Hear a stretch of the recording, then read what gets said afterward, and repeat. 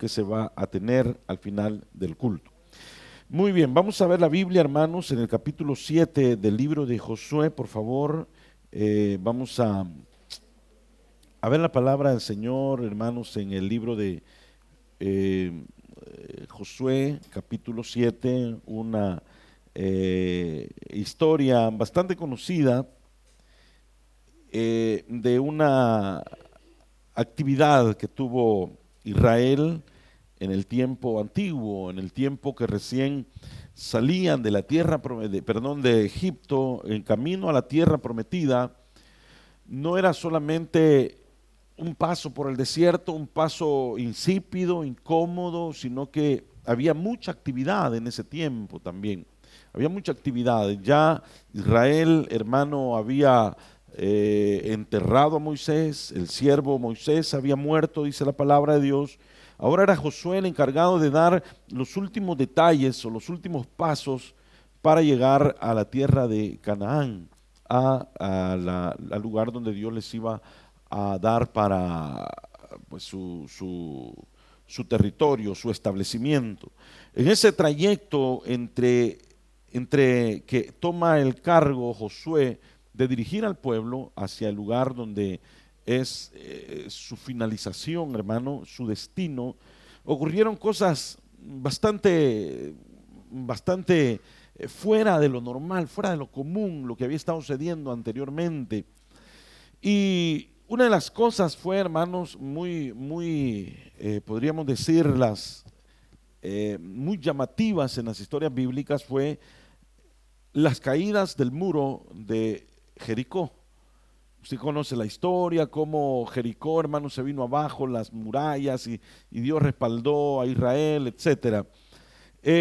Esa fue una de las victorias contundentes en las que Israel no levantó un solo dedo en actitud de batalla para acceder a la victoria de Dios. No hizo nada Israel. De hecho, lo que Dios los puso a hacer no tenía nada que ver, ante la lógica humana, no tenía nada que ver de una actitud de guerra. Eso es, hermano, las cosas más interesantes de la palabra de Dios, porque muchas veces Dios nos pone a hacer cosas para conseguir un fin o para llegar a un propósito que aparentemente no tengan nada que ver en la consecución de aquel propósito de Dios. Porque podríamos decir, no entiendo por qué Dios permite esto para mí, no entiendo por qué Dios me lleva por estos senderos, yo solo estoy obedeciendo a Dios, pero deje que Dios trabaje en su vida. Dios trabaja de una manera en la cual, en primer lugar, no nos pide permiso a nosotros. En segundo lugar, nos parezca o no nos parezca a nosotros, Dios va a hacer su obra en nosotros de acuerdo a su santa voluntad. No va a ver si conviene o no conviene, si nos vamos a sentir bien o a sentir mal. Dios va a hacer su trabajo en nosotros y nos va a llevar a sus propósitos. Y esto es lo que estaba sucediendo. Dios le dijo a Israel, ¿cómo van a conquistar? Los mejores guerreros estaban, hermano, preparándose en actividades, estrategias militares, en emboscada. Los francotiradores estaban preparándose, hermano, estaban haciendo diferentes ejercicios en las artes de la guerra, pero cuando Dios les dio la estrategia, todo el mundo se fue de espalda, hermano. Porque Dios les dijo, van a conquistar esa tierra, una de las ciudades más amuralladas, más cuidadas, difíciles de asaltar en el tiempo antiguo. Y Dios les dijo, la forma en la que lo van a conquistar es que van a ir a dar 7 vueltas. Una vuelta 6 días. Y el séptimo día van a dar 7 vueltas. En total fueron 13 vueltas las que Israel dio a Jericó. Y cuando se había visto en las estrategias de guerra que dándole vueltas a una ciudad, hermano, se iba a derrumbar, se iba a conquistar. Pero es el propósito de Dios, fue el objetivo de Dios, fue la forma de Dios en trabajar. Los mecanismos de Dios no los podemos nosotros entender ni conocer hasta que vemos los resultados. Pero vio Dios, hermano, que el pueblo de Israel fue obediente al llamado, hicieron lo mismo, no preguntaron. Ante la orden de Josué dieron las vueltas de Jericó, Jericó vino abajo y sucedió el milagro o los prodigios más grandes en cuestiones de guerra que había podido haber una ciudad, que había podido ver un pueblo, y lo vio Israel.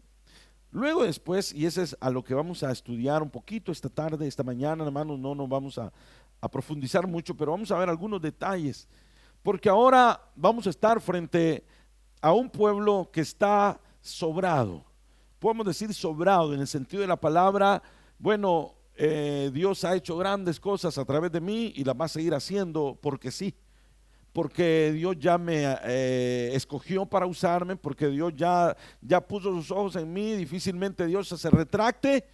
Ya tengo la fama, ya tengo el conocimiento, ya tengo todas las cosas necesarias y Dios por ende tiene que seguirme usando. Y vemos cómo las cosas, hermano, le dieron vuelta al pueblo de Israel.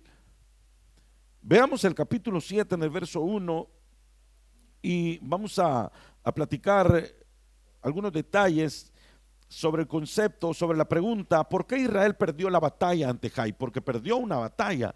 Después de venir de una gran victoria, tuvieron la peor derrota, la peor vergüenza que un ejército tan poderoso como Israel pudo haber obtenido.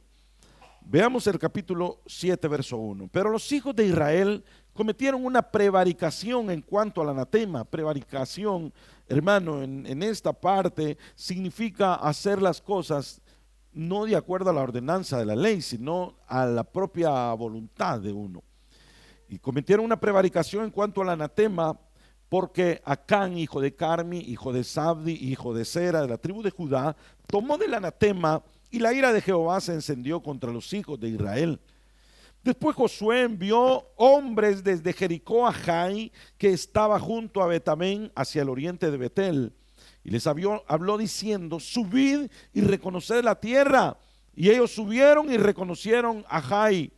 Y volviendo Josué le dijeron: no suba todo el pueblo, sino suban como 2,000 o 3,000 hombres y tomarán a Jai. No fatigues a todo el pueblo yendo ahí, porque son pocos. Esos enemigos son raquíticos y los vamos a conquistar. No vayamos todo el ejército, con unos poquitos que vayan es suficiente. Esa fue la historia. Y subieron allá del pueblo como 3,000 hombres, los cuales huyeron delante de los de Jai. Y los de Jai mataron de ellos a unos 36 hombres y les siguieron desde la puerta hasta Sebarim y los derrotaron en la bajada, por lo cual el corazón del pueblo desfalleció y vino a ser como agua. Entonces Josué rompió sus vestidos y se postró en tierra sobre su rostro delante del arca de Jehová hasta caer la tarde, y los ancianos de Israel echaron polvo sobre sus cabezas. Y Josué dijo: Señor Jehová, ¿por qué hiciste pasar a este pueblo el Jordán para entregarnos en las manos de los amorreos para que nos destruyan? Ojalá nos hubiésemos quedado al otro lado del Jordán. Vamos a dejar hasta ahí la lectura, porque lo que pasó después pasaron muchas cosas después. Vamos a quedarnos acá. Cuando pensamos en la historia de Jai, pensamos en el pecado de Acán, pensamos en el lingote de oro, en el manto babilónico, hermanos, y todas las cosas que sucedieron en ese rubro. Siempre hemos pensado, hermanos, nosotros que el problema de que Israel perdió la batalla frente a Jai fue únicamente el pecado de Acán, el pecado de un hombre. Únicamente fue el pecado de un hombre. Realmente la batalla se perdió por el cúmulo de un montón de cosas pequeñas juntamente con una grande. El pecado de Acán fue una prevaricación, es decir, fue, hermano, hacer las cosas de acuerdo a la voluntad de uno y no de acuerdo a la voluntad establecida por Dios. Dios ya había marcado el camino y había dicho: harán así, así y asá. Cuando ellos vinieron, hicieron de la forma que ellos creían mejor, creían conveniente hacerla. Cuando esto sucedió, hermano, nadie sabía nada. Todo el mundo pensaba que las cosas iban bien, pero había uno que estaba cometiendo prevaricación. Pero no vamos a hablar de Acán, porque Acán, hermano, ha sido titular en muchas predicaciones. ¿Qué predicador no habrá hablado sobre Acán? Vamos a hablar de otras pequeñas cosas que en realidad fueron los que hicieron que se derrumbara la victoria de Israel. Y eso fue lo que sucedió, hermano, en el verso 2 en adelante. Dice la Biblia, después Josué envió hombres, después de pecado de Acán. Josué envió hombres desde Jericó a Jai. Decir, Acán, su problema fue, hermano, que Dios les dijo, cuando entren a la ciudad de Jericó, ya con los muros abajo, toda esta ciudad es la primera ciudad a conquistar. Por lo tanto, todo el botín lo van a prender fuego, lo van a levantar como un holocausto a Dios. Y lo que es mío, porque eso es mío ya directamente, y el fuego va a ser un holocausto que va a subir hasta mí. Si alguien de ustedes se apodera de algo que es de Dios, entonces será un anatema en medio del pueblo, no solamente para que lo tome, sino para su familia y para todo el pueblo, para toda la ciudad, para todo el país, y va a ser un problema. Uno de los mejores generales de Josué, hermano, llegó, y cuando tenía que saquear o que preparar el ambiente para darle fuego a todo de acuerdo a la orden de Dios, él vio ciertas cosas que le llamaron la atención, ciertas cosas que dijo, ¿cómo se va a perder esto? Esto nos puede servir allá. Vio los lingotes de oro y dijo, esto nos puede servir cuando tengamos que construir el templo a Jehová. Esto nos puede servir para la obra de Dios allá en Israel. Esto nos puede servir, y comenzó y se lo embolsó. Abrió, hermano, como él era un alto general, un general de alto rango, fue y él tenía a cargo ir a saquear la casa de los altos rangos también de Jericó. Y abrió una puerta, y cuando abrió para saquear las casas, se va encontrando que habían unos mantos reales, es decir, un vestido real, un manto babilónico. Y cuando lo vio dijo, Acán, esto es una lástima que se pierda. Se lo midió y era su talla exactamente, hermano. Abrió el espejo y se vio que se miraba bien. Y dijo, me lo llevo también. Pero ya eso era propiedad de Dios en las manos de una persona equivocada. Era un anatema. Lo que es de Dios, hermano, en manos equivocadas se vuelve un anatema. En otras palabras, se vuelve una maldición. Es una bomba de tiempo que puede explotar en cualquier momento. Y explotó, claro, y mató a Acán, mató a su familia, toda su pertenencia fueron apedreados, dice la Biblia. Entonces, ese fue el gran pecado. O sea, había un pecado enorme, pero también un cúmulo de muchas cosas que se dieron ahí, hermano. Fueron situaciones por las que Dios les dio la espalda y ellos perdieron la batalla.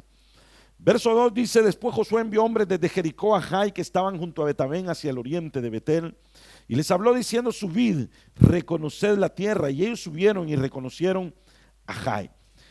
Esta gran nación de Israel, hermano, dirigida por Josué, que venía de agenciarse una de las victorias más contundentes y grandes ante Jericó, una ciudad poderosa y fuerte. Fue una victoria sobrenatural, una victoria que no tuvo intervención humana, fue sobrenatural totalmente, hermano.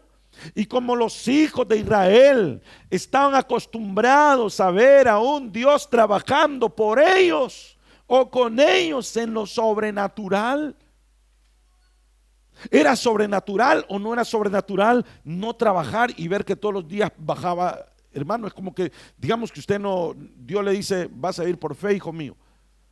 ¿Y cómo voy a comer? No te preocupes.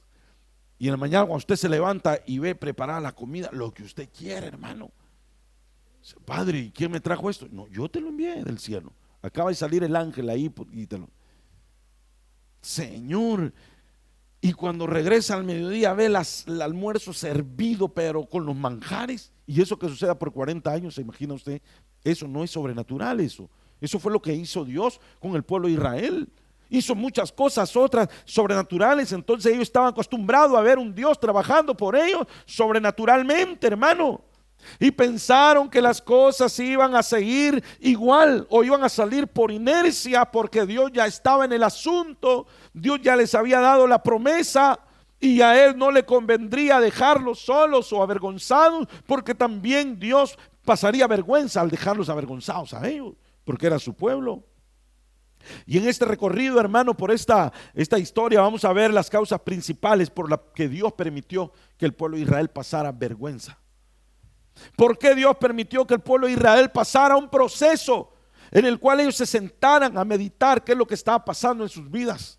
Muchas veces Dios no es que nos haya descuidado, sino que permite procesos en nuestras vidas para que pongamos freno, para que pongamos, hermano, un alto en el camino y verifiquemos lo que está sucediendo a nuestro alrededor.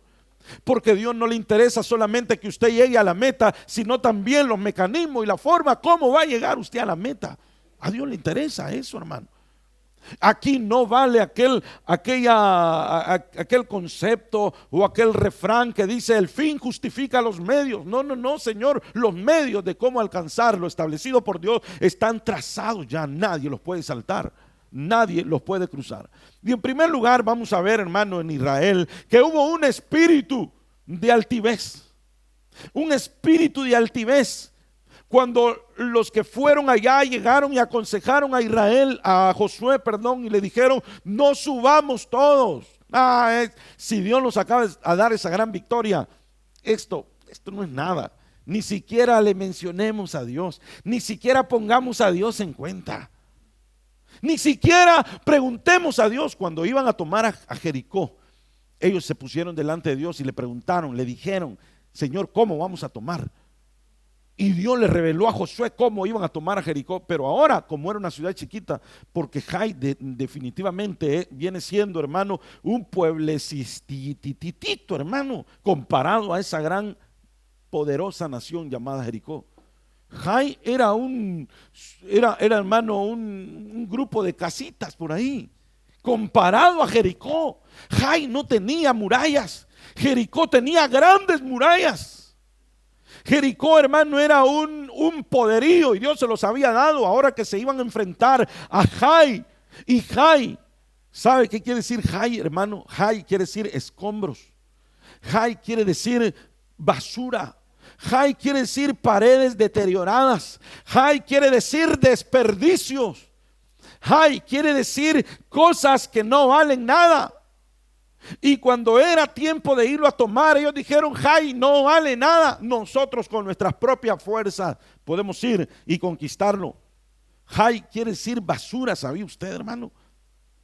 Entonces, cuando ellos dijeron: si es una ciudad minúscula, ¿para qué vamos a molestar a Dios? Esa basura la vamos a ir a traer nosotros. Ni siquiera vaya todo el ejército. Se movían 30,000, 40,000 hombres y dijeron: con 2,000 que vayan, 3,000 suficiente. Solo a traer van a ir. Menospreciaron al enemigo, menospreciaron la basura, menospreciaron las ruinas, menospreciaron lo que no valía nada, menospreciaron aquella cosa. Entonces a ellos se les elevó, hermano, un espíritu de orgullo, de altivez, porque creyeron que las cosas iban a venir por inercia. Si Dios me dio una gran victoria ante esto, no me preparo ante lo otro y va a ser lo mismo. Eso es mentira del enemigo, hermano. Hay cosas que Satanás está poniendo en nuestro camino, en nuestra vida, que parecen cosas sencillas. Todos tenemos Jai que derrumbar. Todos hemos tenido un Jericó. Y ese Jericó, hermano, Dios derribó esas murallas, cosas que usted no podía hacer. Pero ahora está frente a Jai. Ahora estamos frente a una ciudad que significa escombros, que no tienen sentido, no tiene valor probablemente, pero nosotros creemos que igual esas cosas ni Dios se fija. Claro, Dios se fija en todas las cosas, hermano, porque hay cosas pequeñitas que nosotros no le estamos dando importancia y que pueden ser las que están causando estragos en nuestra vida, hermano.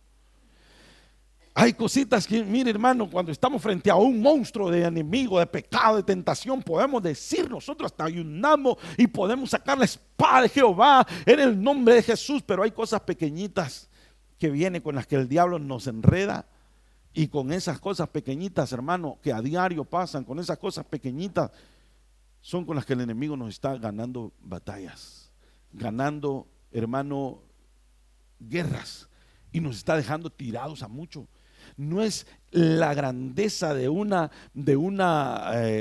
cosa, sino el cúmulo o el montón de cositas pequeñas. Ya no es lo grande de una situación, hermano, sino, como dicen por allá, sino lo tupido con lo que están viniendo cositas pequeñas que nosotros creemos que no vale la pena. Cuando yo he fallado a Dios de una manera así fuerte, sí le pido perdón, ayuno y Dios me perdona. Pero con cositas sencillas que quizás ni Dios se fija. Claro que Dios se fija. Y por eso de repente, hermano, pasamos grandes frustraciones nosotros y Dios. ¿Qué está pasando? Porque hay un espíritu de altivez, hermano, que nos engaña y nos acomodamos a vivir con ciertas cosas que a Dios no le agradan dentro de nosotros. Pero la palabra de Dios así es, hermano. Y eso no está ahí solo para ilustrar la Biblia o para que la Biblia sea entretenida. Dice la Biblia que todo lo que sucedió en el Antiguo Testamento es una sombra para que a nosotros no nos pase lo mismo que le sucedió a ellos. Por eso es bien interesante, hermano, que veamos nosotros que dice el libro del Cantar de los Cantares: cazadnos las zorras pequeñas, las cosas pequeñas, porque esas echan a perder nuestras viñas. Nuestras viñas están en cierne, es decir, están en momento en el que las uvas ya estaban hasta casi desgajándose por sí mismas. Nuestras viñas están en la mera cosecha, pero hay ciertas cosas que están deteriorando las viñas. Lo contaba la vez anterior y se lo vuelvo a decir esta mañana. ¿Por qué las zorras pequeñas, decía el proverbista que escribió el Cantar de los Cantares, son más dañinas que las zorras grandes? Porque las zorras grandes llegaban, hermano, y se paraban en dos patas sobre la vid, arrancaban el ramo o se comían el racimo de uvas, o se lo llevaban y dejaban ahí intacta la planta. Un día iba a volver a la cosecha. Pero las zorras pequeñas no alcanzaban, hermano, el racimo. Entonces las zorras pequeñas comenzaban a rascar hasta que la raíz quedaba en el aire, y por razones obvias aquella mata caía, hermano, al suelo. Entonces venía la zorra pequeña y se comía la uva, pero dejaba tirado la planta. ¿Para qué iba a servir esa planta? ¿Quién hace más daño? ¿Las zorras pequeñas o las zorras grandes? Bueno, todas hacen daño. Pero por eso dice el Cantar de los Cantares: cazadnos esas zorras, pongámosle lado a las cosas pequeñas que están deteriorando nuestras viñas, que están deteriorando nuestra vida espiritual, que están deteriorando los talentos, los ministerios, los privilegios que Dios nos ha dado, que están deteriorando nuestro caminar en la salvación, que están deteriorando, hermano, nuestros matrimonios, que están deteriorando nuestra relación de padres a hijos o la unidad en el espíritu. Hay cosas que estarán deteriorando, que uno dice: es que Dios así me hizo. Claro que Dios no nos ha hecho así, hermano. Dios nos ha hecho perfectos, pero dice la Biblia que nosotros nos buscamos muchas complicaciones, dice el libro de Proverbios.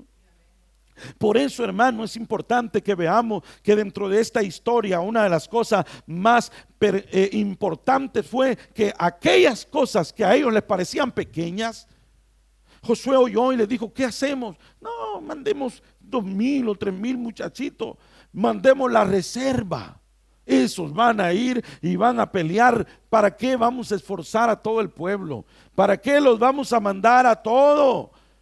Y de repente, hermano, había venido el enemigo y les pegó una zarandeada. Porque esos 2,000 o 3,000 que llegaron, los de Jai, se levantaron, hermano. Yo no sé cómo fue la estrategia, y Dios los tuvo que haber confundido a estos de Israel. Porque cuando vieron a los de Jai se volvieron como locos, empezaron a correr. En la estampida, hermano, iban cayendo algunos de sus compañeros. Dice la Biblia que mataron como a 30 más o menos. Los mataban cuando caían ahí, y estos ya no querían volver, no querían regresar.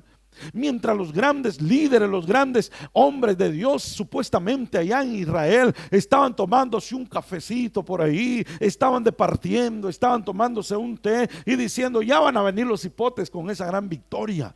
Ya van a traer, ¿qué van a traer? Que no traigan nada, tomamos una basura, eso no sirve, no tiene sentido. Ay, cuando van oyendo un tropel de hombres que venía corriendo, y era un ejército con cara de espantado, era un ejército, hermano, con cara de atribulado. ¿Y qué sucedió? 30 hombres de los nuestros han quedado tirados en el camino porque no soportamos y nos pegaron una sacudida que nosotros ya no vamos. Entonces ellos comenzaron lo normal, a exigirle a Dios: ¿por qué, Señor? Mejor nos hubiéramos quedado al otro lado. ¿Por qué estoy pasando esto? ¿Por qué yo, cuando no era cristiano, las cosas también, mejores trabajos tenía, hoy ando mendigando? Señor, ¿qué pasa? ¿Qué está sucediendo en mi vida? Antes ni siquiera un estornudo me daba, y hoy solo achacoso paso, Señor. Solo enfermo, no salgo de una cuando ya me viene otra. ¿Qué te pasa, Señor, conmigo? No, a Dios no le pasa nada. ¿No será que es tiempo de examinarnos a nosotros, y no vaya a ser que un cúmulo de cosas pequeñas a las que nosotros no le damos interés? Es una mentirilla blanquitita, no es problemita, es chiquita. De repente me la disparo y no me cacharon. Entonces, que Dios ni se fija. Claro que se fija. Y de repente, hermano, nos damos unos tropezones, hermano, pero tropezones que nos hacen como cuando uno anda descalzo y se tropieza, hermano, en un mueble. Uno siente que hasta el alma le llegó el golpe, hermano. No fue la gran cosa. Tal vez los demás dicen: exagerado que sos. Pero solo uno siente, hermano, que ese dedito, el más chiquito, le llegó, hermano, hasta las entrañas, le conmovió el golpe. ¿No será que eso, cositas tan sencillas que no les damos importancia? Cosas que pasan dentro de nosotros, pequeñas cosas que sería exagerado que nos llamen la atención por aquello, y que solo nosotros las sabemos, y que es necesario que hoy, hermano, esas pequeñeces las entreguemos en el altar del Señor y le digamos: Señor, si es cierto, yo tengo este y este problema. Siempre me he examinado y me he puesto buena nota, porque hermano, cuando uno se autoexamina, siempre se va a poner buena nota. Siempre, y nunca nos vamos a descalificar ni a reprobar. ¿Se imagina que usted está en la escuela, en la primaria, en la secundaria, hasta en la universidad podría ser, y usted necesita 8 para pasar? Ya le dijeron: si no saca 8, te quedaste aplazado. Y el día del examen, el profesor es tan buena gente que le dice: bueno, les voy a hacer el examen, y al terminar el examen, aquí está, califíquense ustedes, pónganse la nota que ustedes quieran, y la nota que ustedes quieran, esa es la que les quede. Por conciencia, ahí va a depender de ustedes. Y el que está ahí haciendo hasta el nombre se le ha olvidado, hermano. ¿Cómo me llamo? Ay, me acordé. Y todas las demás preguntas no las sabe. Está ahí luchando por contestar una, contestar lo otro, y cuando medio puede le dice al compañero de la par: dame una respuesta, por favor, necesito una respuesta. Cualquiera, de todos modos, ni una he puesto, cualquiera es buena. Y en ese estilo el profesor le dice: póngase la nota, así a conciencia. ¿Cuándo se pusiera usted, hermano? Si sabe que va a perder el año. No, es que yo todo lo que estudié, eso no me lo pusieron. Si me hubieran puesto de los temas que yo estudié, me hubiera sacado un 8.50, por no decir 10, pero yo 8 me pongo. Así, somos así, hermano, o no somos así. Cuando nos autoexaminamos nosotros mismos, no somos así. Señor, pero es que esas cosas tan pequeñas, si a todos les pasa, todos tenemos un carácter así, todos tenemos una cosa así, todos tenemos una cosa. Cuando somos sinceros y le exponemos y sabemos lo que somos, sabemos lo que tenemos, sabemos lo que hay que sacar de nosotros, aquello que nos impide llevar una vida espiritual de victoria, en el que veamos las promesas de Dios cumplidas a cabalidad, hermano. Porque las promesas de Dios para usted no solo son espirituales, sino también materiales. Porque como le dijo aquel hombre que venía de la victoria, hermano, y le dijo a su hija, a su yerno que estaban casando: bendícenos. Y él le dijo: yo los bendigo con la fuente de arriba, pero también con las fuentes de abajo. En otras palabras le dijo, no solamente bendiciones espirituales, sino también las materiales. Porque usted puede ser el hombre más espiritualísimo, hermano, pero si no tiene que comer, va a blasfemar contra Dios en algún momento, o va a dudar en algún momento. Por eso le dijo Juan, no me recuerdo cómo se llamaba, a Gallo, se llamaba Gallo, le dijo: amado, yo anhelo que así como prospera tu alma, porque él tenía un alma bien próspera, un alma próspera, hermano. Él era, pero, hermano, era un hombre de bendición. Se sentía la presencia de Dios. Con solo que él hablara, con que él diera un consejo, inundaba el lugar, hermano. Pero dijo: yo anhelo que así como prospera tu alma, amado, así prosperes en todo. Prosperes en todo también, en las bendiciones materiales. Dios quiere bendecirte materialmente. Hermanos, ¿cuántos quieren bendiciones materiales? Como 3 nomás, pero para esos 3 que la anhelan, yo le digo esta tarde o esta mañana, no valdría la pena que nosotros podamos despojarnos de ciertas cosas y exponerlas delante de Dios para decirle: Señor, cámbiame. Quizás no es un monstruo el que usted tiene que entregarle a Dios, sino son pequeñas cositas. Quizás comparados a un monstruo pueden ser duendecillos, hermano, chiquititas cosas, pero que estas cositas nos están haciendo a nosotros, hermano, un problema. Pero no solo eso. En número 2, siempre en el capítulo 2, los hombres que envía Josué le llegaron diciendo: no fatigues a todo el pueblo, no los molestes, no los canses. Esa expresión quiere decir: no les pongas cargas, ahí déjalos. El ambiente se va a incomodar si les incomodas a estos hombres, estos guerreros. No los molestes, no molestes a todo el pueblo, se te pueden enojar. ¿Sabe qué quiere decir esto, hermano? No molestes a los que te ayudan, no saques a luz el pecado, no les estés diciendo dale con esto, con aquello, porque Dios en su tiempo lo va a hacer. Si Dios no lo ha hecho, ¿qué vas a hacer tú? Le dice a Josué, hermano. Josué les tomó el consejo. Ese fue el segundo gran error. Bueno, aparte del de Acán, el segundo error fue que los consejeros estaban sobrados, su altivez, su orgullo. Ahora le dice: no molestes al pueblo. El consejo es que los dejes. Si están allí en la iglesia, déjalos. Poco a poco van a ir cambiando, poco a poco. Como aquel hermano que decía: hermano, es que es un proceso. El Señor está haciendo un proceso en mí, hermano. ¿Cuándo va a cambiar? Yo llevo un proceso en mí, hermano. Apenas tengo 20 años de convertido. Al principio me fumaba 2 cajetillas de cigarro, hoy solo llevo una, hermano. Entonces tengo una vida por delante para que Dios me cambie. ¿Usted cree que Dios se tarda tanto para cambiar a alguien, hermano? No, hombre. Lo que pasa es que cuesta dejar las cosas que a Dios no le agradan, hermano. Cuesta despojarnos de las cosas que nos afectan a nosotros en nuestra vida espiritualmente. Ahora le dicen: no saques a luz, no les moleste. En su tiempo Dios va a hacer la obra. No les señales sus errores, pues grandes son ya, y en el momento adecuado ellos lo van a hacer. Ellos se van a dar cuenta. Si se te enoja, se resienten, ya se entrampan, ya no van a querer hacer nada. Lo importante es que estén ahí, lo importante es que colaboren, lo importante es que ofrenden, lo importante es que diezmen. No, Señor, lo importante de todo, hermano, es que llevemos una vida agradable delante de Dios, y todo lo demás vendrá por añadidura. No vamos a dejar de hacer una cosa por dejarlo a otra. No vamos a decir: entonces lo que Dios quiere es mi corazón, yo me someto a la voluntad, a la obediencia y no hago nada más. No.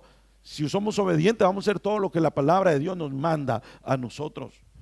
Dura es tu palabra, Señor, le dijo uno que era duro, hermano. Pedro no andaba con cuentos, lo que tenía que hablar lo hablaba sin titubeos. Pero cuando le hablaron a él así, le dijo al Señor: dura es tu palabra, Señor, ablándale un poco. Y como resultado de esta gran derrota, hermano, como resultado de un golpe bajo, ellos se reunieron, y dice la palabra de Dios que el pueblo se hizo como agua, vino a ser como agua. ¿Qué representa ser como agua? Eso viene de una figura que habla acerca de que del agua en estado sólido, por ejemplo, tiene una forma. La forma que tenía cuando se congeló. Puede haber sido de una cubeta, de una paleta, de una bolsa o cualquier cosa. Pero el agua en estado sólido, fuerte, duro, tiene una forma. Pero el calor lo deshizo. ¿Y cómo vino a ser el agua después? Sin forma. Eso fue lo que se sucedió en el pueblo de Israel. El pueblo vino a ser como agua. Eso quiere decir, hermano, que quedaron sin ánimo alguno, deshechos. Quedaron, hermano, totalmente deformados, sin forma, sin ánimo, los ánimos por el suelo. Ya nadie quería subir, ya nadie quería hacer nada, ya nadie quería retomar las batallas. Satanás, hermano, anda buscando gente que sea fáciles de golpear, fáciles de manejar, hermano, para que de repente nosotros estemos sin ánimos. Pero esas acciones, esas actitudes debemos de entregarlas delante del Señor, porque la Biblia dice en Filipenses: todo lo puedo en Cristo, que todo me fortalece el Señor a mí. Y esa debe ser la consigna, esa debe ser la visión que nosotros debemos de poner delante del Señor en esta mañana. El pueblo de Israel se acobardó. El pueblo de Israel, hermano, se acomodó. En primer lugar, se acomodó porque el espíritu de altivez. ¿No será que nosotros tenemos que revisar nuestras vidas y que de repente vamos a hallar, hermano? Yo le aseguro, hermano, se lo aseguro, que si usted va a revisar hoy a su casa, así literalmente, usted va a sacar algo que no sirve. Puede ser que ayer hizo limpieza, pero de ayer para ahora ya hay algo que está ahí por gusto. Por lo menos polvo hay que no sirve, hermano.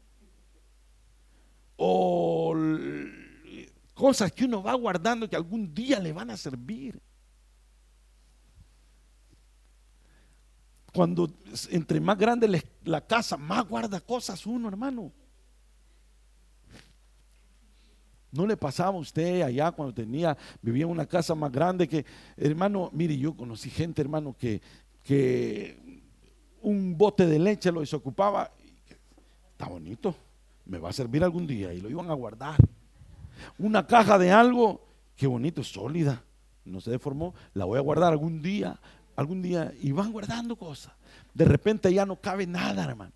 Solamente crió animales, solamente quedaron ahí para la historia, y un día a los 10 años, hermano, viene a sacar las cosas que nunca le sirvieron, porque se convirtieron en basura. Muchas cosas que nosotros hemos ido acumulando, hermano, y que nos roban el espacio para que la bendición de Dios llegue a nosotros, y que las pequeñas zorras, como dice la palabra del Señor, hermano, están ocupando los espacios que tiene que ocupar la palabra de Dios, la obediencia al Señor, la gracia del Señor en nuestras vidas. Si revisamos en nuestra vida espiritualmente, hermano, y hacemos un inventario, nos vamos a dar cuenta que hay muchas cosas ya vencidas, que ya no sirven, que hay que irlas eliminando, hay que irlas entregando delante del Señor. No sé, algo que uno guardó que creyó que algún día lo iba a ocupar. Un poquito de mentira porque algún día iba a ocupar esa mentira. Un poquito de orgullo, hermano, o altivez, soberbia, vanagloria,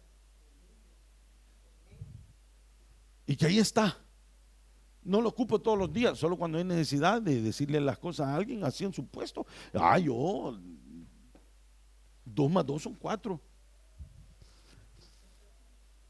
¿No será que hay hoy que hacer una revisión, hermano, un inventario, y dejamos solo las cosas, los frutos del Espíritu? ¿No será que hay necesidad de que Dios, como dice su palabra, venir luego, dice el Señor, y estemos a cuenta, hagamos cuentas hoy? ¿Qué cosas son las que tenemos que entregar y qué cosas nos van a servir? Venid luego, dice el Señor. Estemos a cuenta, hagamos cuenta. El original de la palabra estemos a cuenta se refiere a hacer un arqueo de caja, hermano. Como un cajero que ha trabajado durante el día recibiendo, pagando, cobrando y dando, cambiando de todo. Al final, hermano, al final no va a entregar lo que a su conveniencia o a su criterio le tiene que entregar. Hay un patrón que le va a decir, bueno, hagamos cuenta. Mira, pero aquí falta tanto. No, yo no sé eso, no sé. ¿Cómo que no sabes? Estás al frente de estas cuentas y tenés que dar una buena cuenta de lo que te confiamos en tus manos. Nosotros no somos dueños ni de nuestra propia vida, hermano. Dice el Salmo 24, de Jehová es la tierra y su plenitud. Bueno, la tierra y su plenitud, pero yo no. Ay, dice el mundo y los que en él habitan. ¿Dónde habita? Usted no habita en este mundo, hermano. Usted es propiedad de Dios. Dios le pide cuenta cuando Dios quiere pedirle cuenta, grandes o pequeños, hermano. Grandes o pequeños. Grandes, puedo decir, los que tuvieron mucho, se les va a demandar mucho. A los que se les confió mucho, se les va a demandar mucho. Y a los que se les confió poco, se les va a demandar lo que se les confió. Cierre sus ojos un momentito, hermanos. Yo he terminado esta pequeña meditación. Y yo quisiera en esta mañana que pudiéramos concentrarnos hoy delante de Dios.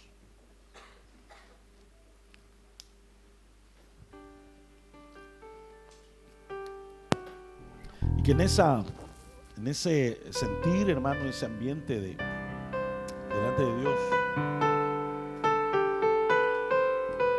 podamos llegar delante del Señor y abrir nuestro corazón. Abramos nuestro corazón y dejemos que el Señor nos examine, hermano. Y los que verdaderamente lo necesitamos, seamos sinceros con el Señor. Entreguemos esas cosas pequeñas que nos están causando bajas, que nos están causando problemas.